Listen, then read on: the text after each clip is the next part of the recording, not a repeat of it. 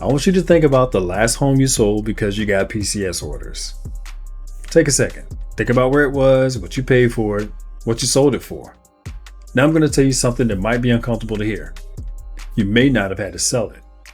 Not only that, if you had kept it, you could have bought another home at your next duty station using your VA loan benefit again. At the same time, simultaneously, 2 VA loans, 2 properties, both financed without putting a single dollar down. Most veterans I talk to, they don't know this is possible. Some of them have been out for 10, 15 years. Some of them are active duty right now with PCS orders in hand. And I understand why nobody told them, because nobody explains this clearly. The VA loan benefit is one of the most powerful financial tools ever created for military family, and the most misunderstood. By the end of this video, you're going to know exactly how it works, how to tell if you qualify right now, and what to do with this information before you get your next set of orders. To understand how you can have 2 VA loans at the same time, you must first understand what the VA loan benefit actually is, because most veterans have no idea how it works under the hood. Here's the foundation. Now, when you use a VA loan, the VA doesn't lend you money, your lender does. Your bank, your credit union, your mortgage company. What the VA does is guarantees a portion of that loan. They're essentially co-signing for you with that lender, promising that if you default, the VA will cover part of the loss. That guarantee is your entitlement. Entitlement is the dollar amount that the VA will guarantee on your behalf. And this is the piece that most veterans misunderstand. Your entitlement is not used up when you use the VA loan. It's committed to that loan. There's a difference. There are 2 layers to a VA entitlement. Your basic entitlement is $36,000. This has been around since the program started. It covers 25% of your loan up to $144,000, which doesn't get you very far in 2026. Your bonus entitlement, also called the second tier entitlement, is where the real power lies. In 2026, the VA will guarantee up to 25% of the conforming loan limit, which is $832,750. Now that's a maximum total guarantee of about $208,000. Your basic $36,000 is part of that. The additional covers the rest, approximately $172,000 on top of the basic. Now here's what that means in plain language.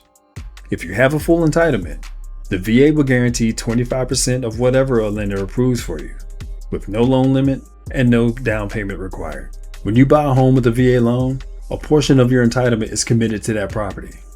And it stays committed as long as you own that home with a VA loan on it. This is the critical part. Your remaining entitlement doesn't disappear. If you haven't used all of it on that first loan, you still have bonus entitlement available. And that remaining entitlement can be used to get a second VA loan at the same time while the first loan is still active.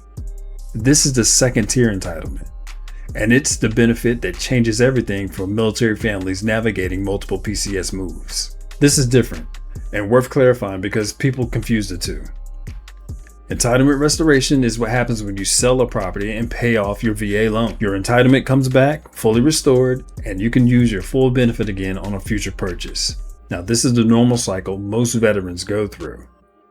There's also a one-time restoration exception that lets you restore your entitlement while keeping the property, but there are conditions, and it can only be used once, and it has limitations. Second tier entitlement is not restoration. It doesn't require you to sell anything or pay anything off. It uses what's left of your guarantee capacity on a brand new loan while the first one is still running. Now that you have the framework, let me show you what it actually looks like. Let's say a petty officer second class buys a home in Virginia Beach in 2022 for $350,000 using a VA loan. Zero down, he uses a portion of his entitlement to secure that loan. In 2024, he gets orders to Bremerton. Now he could sell that house. He's got equity. It would be clean, but he decides not to sell. He talks to a lender who runs his certificate of eligibility. Now that's the document that shows how much eligibility he has and how much he's used. Now he still has bonus eligibility available. So he rents the house in Virginia Beach. Now his BAH from its previous duty station doesn't quite cover the mortgage, but a tenant does. And he buys a home in Bremerton using his remaining eligibility. No down payment.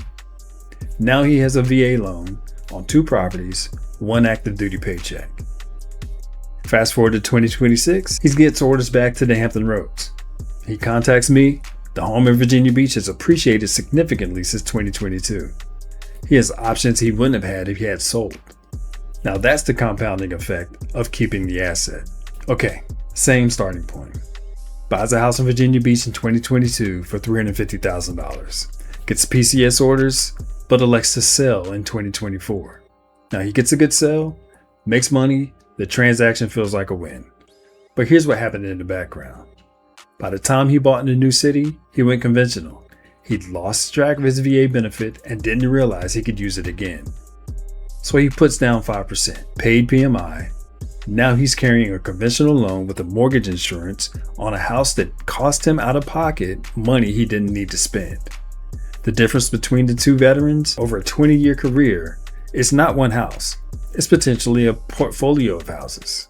Okay, so let's say a service member has an existing VA loan on a home he owns in North Carolina. The original purchase price is $280,000. The entitlement committed to that loan is 25% of the $280,000, which is $70,000.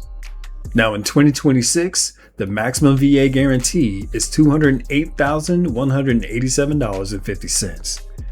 Now if you subtract the $70,000, the remaining entitlement is approximately $138,000.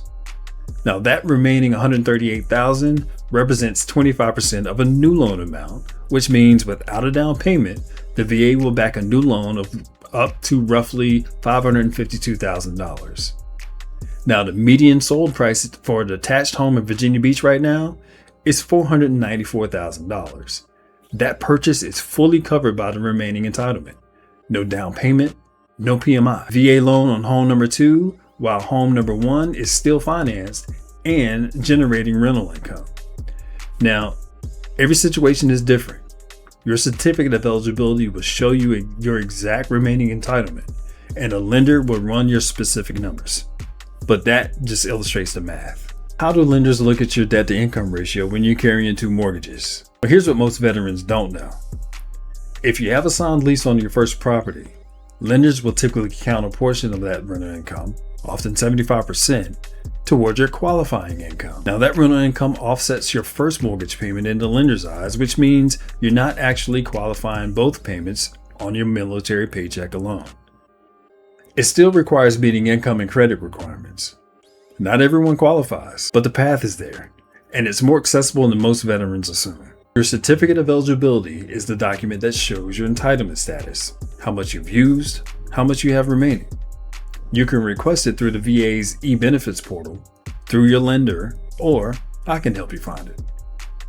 If it shows remaining eligibility, even partial, you have options. Now this is the step that most people skip, and frankly, it's the most expensive skip they make. Before you list your current home, before you decide to sell, find out what your remaining eligibility actually supports in terms of a second purchase. Get that number, then make your decision. You may find out you don't need to sell. In the Hampton Roads, I work with a team of lenders who specialize in exactly that scenario. VA buyers on PCS orders, navigating simultaneous loans. I can connect you with the right person. If you're PCSing and your current home is in the military market, the Hampton Roads, Bremerton, San Diego, Jacksonville, there's a baseline rental demand for the next wave of military families moving in. Your mortgage payment may be fully covered or close to it. So know the number. Don't assume renting is complicated. It might be the most profitable decision you make this year. The Hampton Roads is one of the most active VA loan markets in the country. Virginia Beach alone accounts for nearly half of its purchases through VA financing. Now in this market, a prepared VA buyer with pre-approval and a clear entitlement picture is not a second-class offer. It's a standard expected transaction. But the homes move fast. 9 days on the market here in Virginia Beach right now. You can't afford to be in the learning phase when you should be in the offer phase. Start before your orders are finalized. I work with families at every stage of the timeline. So here's the bottom line.